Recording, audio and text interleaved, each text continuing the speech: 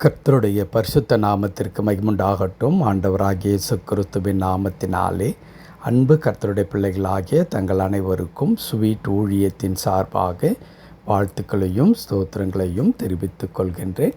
சங்கீதங்களின் புத்தகம் 113 சங்கீதம் 7வது வசனம். சங்கீதம் 113 வசனம் 7. அவர் சிறியவனை புழுதியிலிருந்து தூக்கிவிடுகிறார், எளியவனை குப்பையிலிருந்து உயர்த்துகிறார். அவர் சிறியவனை புழுதியிலிருந்து தூக்கிவிடுகிறார், எளியவனை குப்பையிலிருந்து உயர்த்துகிறார். என் அன்பு கர்த்தருடைய பிள்ளைகளே, ஒரு அற்புதமான ஒரு வார்த்தை இந்த காலை நேரத்தில் கடவுள் நமக்கு கொடுத்திருக்கின்றார். ஏன் இந்த வசனத்தை நான் அவ்வளவு பிரியத்தோடு கூட நான் சொல்லுகிறேன் என்றால், கடவுள் எந்த மனிதனுடைய வாழ்க்கையில் வருகின்றாரோ அந்த மனிதனுடைய வாழ்க்கை எப்படி மாறும் என்பதற்கு இது மிகுந்த ஒரு சான்றாக இது இருக்கின்றது. அன்பு கடவுளுடைய பிள்ளைகளே, நம்முடைய கடவுள் நம்மை உயர்த்துகின்ற, நம்முடைய பெயரை பெருமைப்படுத்துகின்ற, நம்மை ஆசீர்வதிக்கின்ற ஆண்டவராக இருக்கின்றார். ஏன் ஆண்டவருக்கு நம்முடைய வாழ்க்கையில் இடம் கொடுக்க வேண்டும், ஆண்டவரை நாம் பற்றி கொள்ள வேண்டும் என்று சொல்லுவதற்கான அடிப்படை காரணத்தை இந்த வசனம் நமக்கு தெளிவுபடுத்துகின்றது. கடவுள் ஒன்றுமில்லாத மனிதனுடைய வாழ்க்கையில் இடைப்படும் பொழுது அந்த மனிதனுடைய வாழ்க்கை அற்புதமாக மாறுகின்றது.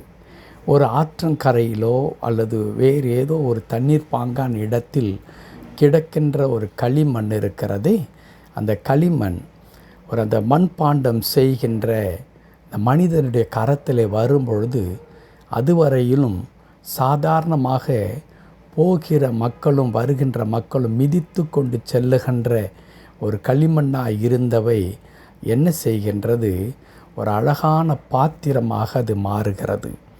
அந்த மண்பாண்டத்தை வணைகின்ற மனிதர் என்ன செய்கின்றார், அழகான பாத்திரமாக அதை உருவாக்குகின்றார். அது உணவு தயாரிக்கக்கூடிய பாத்திரமாக அல்லது இன்னும் பலவிதமான காரியங்களுக்கு அதை பயன்படுத்தக்கூடிய தகுதி நிறைந்த ஒரு பாத்திரமாக அது மாறுகின்றது. அப்படி மாறும் பொழுது மக்கள் அது எவ்வளவு விலை வேண்டுமென்றாலும் அதை பொருட்படுத்தாமல் விலை கொடுத்து வாங்கி அந்த பாத்திரத்தை அவர்கள் பயன்படுத்துகின்றார்கள். அந்த பாத்திரமானது கனம் நிறைந்த பாத்திரமாக மாறுகிறது. எப்பொழுது அந்த டிரான்ஸ்ஃபர்மேஷன் வருகிறது அந்த களிமண்ணுக்கு என்றால், அந்த பாத்திரத்தை உருவாக்குகின்ற மனிதனுடைய கரத்திலே அது வந்த பிறகுதான். அதே வண்ணமாகத்தான் நம்முடைய வாழ்க்கையை கடவுளுடைய கரத்திலே நாம் ஒப்பு கொடுக்கும் பொழுது நாம் எதற்குமே அவ்வளவு தகுதி இல்லாதவர்களாக நாம் இருந்தாலும், ஒருவேளை ஞானம் இல்லாதவர்களாக, இந்த உலகத்திலே போதிய கல்வி இல்லாதவர்களாக, பலம் இல்லாதவர்களாக, ஒருவேளை பொருளாதாரத்திலோ மற்ற காரியங்களிலோ மிகவும் நலிவடைந்தவர்களாக கூட நாம் இருக்கலாம். ஆனால் நம்முடைய வாழ்க்கை கடவுளுடைய கரத்தில் அர்ப்பணிக்கப்படுமானால் ஆண்டவர் என்ன செய்கின்றார், நம்முடைய வாழ்க்கையை ஆசீர்வதித்து அதை உயர்த்தி அநேகருக்கு பெருமை மிகுந்த ஒரு வாழ்க்கையாக நம்முடைய வாழ்க்கையை மாற்றுகின்றார். அதை தான் இங்கே கர்த்தருடைய தாசன் சொல்லுகிறார். அவர் சிறியவன் என்று இங்கே குறிப்பிடுவது வயதில் அல்ல, எல்லாவற்றிலும் தாழ்ந்து இருக்கிறவனை அவர் புழுதியிலிருந்து தூக்கி விடுகிறார், எளியவனை குப்பையிலிருந்து உயர்த்துகிறார். இதை சொன்ன அந்த தாவீதே அதற்கு சாட்சியாக இருக்கிறார் என்பது நமக்கு நன்றாக தெரியும்.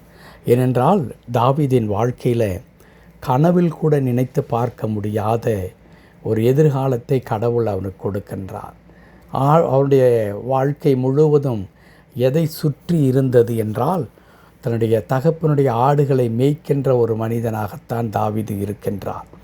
ஆனால் கடவுள் ஆண்டவருடைய ஆசீர்வாதம் என்பது எப்படிப்பட்டதாக தாவீதின் வாழ்க்கையில் மாறுகின்றது என்றால், ஒரு பெரிய ஒரு அரசனாக தாவீதை கடவுள் மாற்ற அவர் திட்டம் வைத்திருந்தார். அதற்கு அடிப்படையாக இருந்த மற்றொரு காரணம் என்ன? நமக்கு நன்றாக தெரியும். தாவீது சிறு வயதிலிருந்தே ஆண்டவர் மீது பக்தியுள்ள ஒரு மனிதனாக அவர் இருந்தார். கடவுள் நம்மை முன்குறிக்கிறது மாத்திரமல்ல, நாம் நம்முடைய வாழ்க்கையை கடவுளுடைய கரத்தில் அர்ப்பணிக்க வேண்டும்.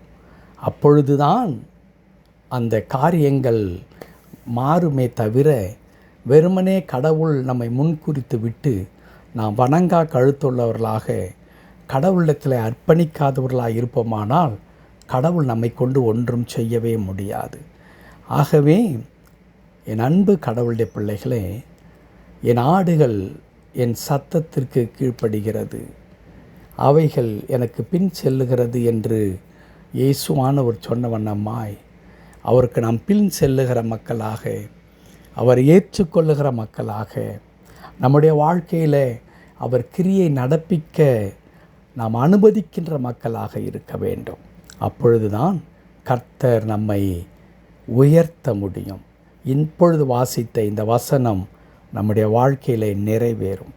ஆகவே என் அன்பு கடவுளுடைய பிள்ளைகளே, இன்றைக்கு நீங்கள் எந்த நிலையில் இருக்கிறீர்கள், பிள்ளைகள் எப்படி இருக்கிறார்கள், எது உங்களுடைய நிலை என்பதை குறித்தெல்லாம் நீங்கள் சிந்திக்காதீர்கள். இதை தாண்டி அதிசயங்களை செய்வதற்கு ஆண்டவர் போதுமானவராக இருக்கிறார். எந்த மனிதனையும் எந்த புள்ளியிலிருந்து ஆண்டவர் உயர்த்த அவரால் முடியும். ஒன்றும் தடையாக இருக்க முடியாது. உங்களுடைய கல்வி இன்மை தடையாக இருக்க முடியாது. உங்களுடைய பொருளாதாரம் தடையாக இருக்க முடியாது. ஏன் உங்களுடைய ஆரோக்கியம் கூட தடையாக இருக்க முடியாது. ஆம், கடவுள் நினைத்தால் எவரையும் உயர்த்த முடியும். அதற்கு அவர் பட்சபாதம் பார்க்கிறவராய் இல்லை. ஆண்டவருடைய கரத்தில் எந்த மனிதனெல்லாம் ஒப்பு கொடுக்கின்றாரோ அந்த மனிதனெல்லாம் உயர்த்துகின்ற ஆண்டவராய் நம்முடைய ஆண்டவர் இருக்கிறார். ஆகவே கடவுளிடத்தில் நம்மை அர்ப்பணித்து ஆண்டவரை நம்புவோம். இந்த சூழ்நிலை மாறும். அவர் புழுதியிலிருந்து குப்பையிலிருந்து நம்ம உயர்த்துகிறதை நம்முடைய கண்கள் காண்பது மாத்திரமல்ல, நம்முடைய எதிராளிகளுடைய கண்களும் காணும். செபிக்கலாமா? கிருபை நிறைந்த நல்ல ஆண்டவரே, உமக்கு நன்றி செலுத்துகிறோம். நாங்கள் துதிக்கிறோம். எங்களை தாழ்த்தி திருக்கரத்தில் அர்ப்பணிக்கின்றோம். எங்களுடைய உயர்வு, எங்களுடைய மேன்மை, எங்களுடைய ஆசீர்வாதம் எல்லாம் உம்மிடத்தில் இருக்கிறது. என்னால் அன்றி உங்களால் ஒன்றும் செய்ய முடியாது. அதை அப்படியே நாங்கள் விசுவாசிக்கிறோம். ஆகவே ஆண்டவரே, உம்மில் நிலைத்திருக்க, நீர் எங்களில் நிலைத்திருக்க எங்களை தாழ்த்தி அர்ப்பணிக்கிறோம். இந்த வார்த்தை கேட்டுக்கொண்டிருக்கிற எங்கள் ஒவ்வொரு மீதும் நீர் ஆளுகை செய்து எங்களை பொறுப்படுத்திக்கொண்டு உம்முடைய கிருபையும் உம்முடைய வல்லமை எங்களிலே நீர் கட்டடும்படியாக நாங்கள் ஜெபிக்கிறோம். தொடர்ந்து வழி நடத்தும் மீட்பர் நாமத்தில் ஜெபிக்கிறோம் எங்கள் நல்ல பிதாவே. ஆமென், ஆமென்.